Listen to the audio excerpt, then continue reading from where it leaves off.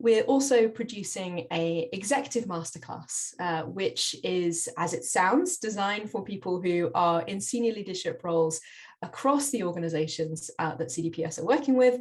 And that is really designed to help people in those roles to understand the value of service design, understand what it is, understand ultimately how user-centered design potentially changes the ways of working in the organization, but also the ways of working of your leadership team.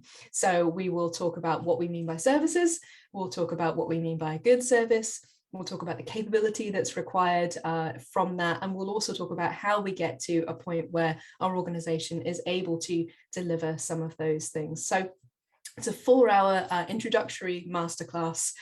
We know you're busy people, so it's not as long as the other classes. And it's really for folks who are in a leadership position, perhaps maybe 2 or 3 steps removed from direct service delivery.